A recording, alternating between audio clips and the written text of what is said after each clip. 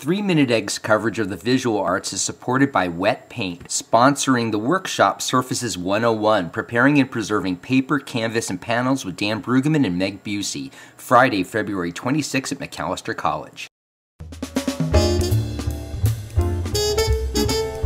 Two artists who use text in their work. First, we meet Alan Brewer, who has new work over at Chambers Gallery, and then one of his students from a while ago at College of Visual Arts, Jesse Draxler, has new work over at Umber Studios. Text and visual art on this edition of 3-Minute Egg.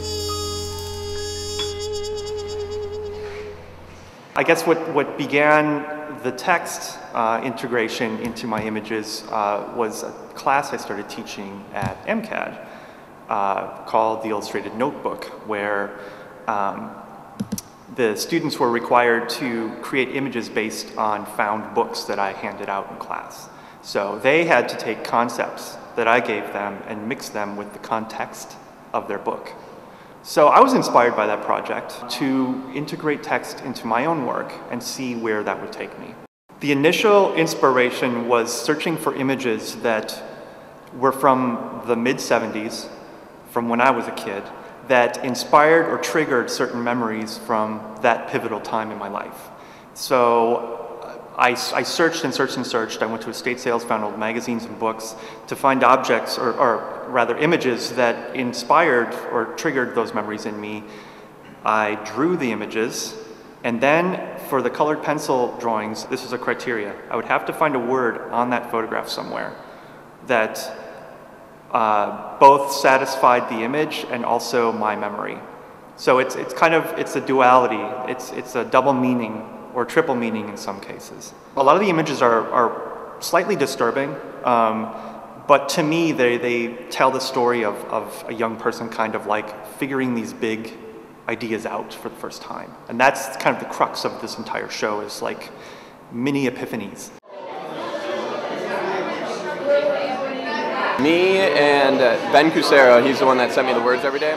We've been friends for quite a while, and we used to run a music website together, so we've been collaborating for a while. So we were just hanging out one night, just having some beers, and the idea just came to us of collaborating again, this time him sending me words and me making a piece out of it. Not just a word, a phrase, or he's a musician, so he would send me song lyrics from his own songs sometimes.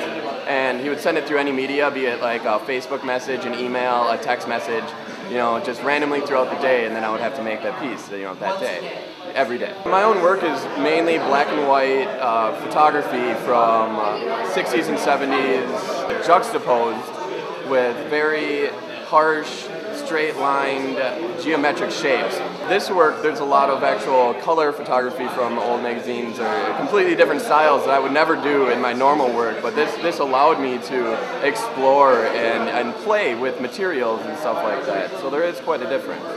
There's like 7 over there where I burnt my whole body, so I was on Vicodin for a week. That whole week, they're all referencing pain pills. Like, some of them were just days where I was horny and they're really lustful. Some of them were days where I was like, I had like a stack of my music that I was working on. I would just grab a notebook and open it up and be like, I like that, and I'm already at my computer, so I just send them a phrase.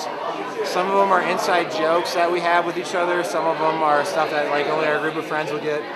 50% of these pieces, when he would send me the words, I would have no idea what they meant. And I tried my hardest to not like, he would send me, you know, just a word or something, and I knew it was a word, but I didn't know what it meant, and I tried my hardest not to go to dictionary.com and look it up and just react to, you know, whatever I thought that might be, you know. So there's lots of dual meanings in these pieces based on like what I thought it was compared to what it actually meant.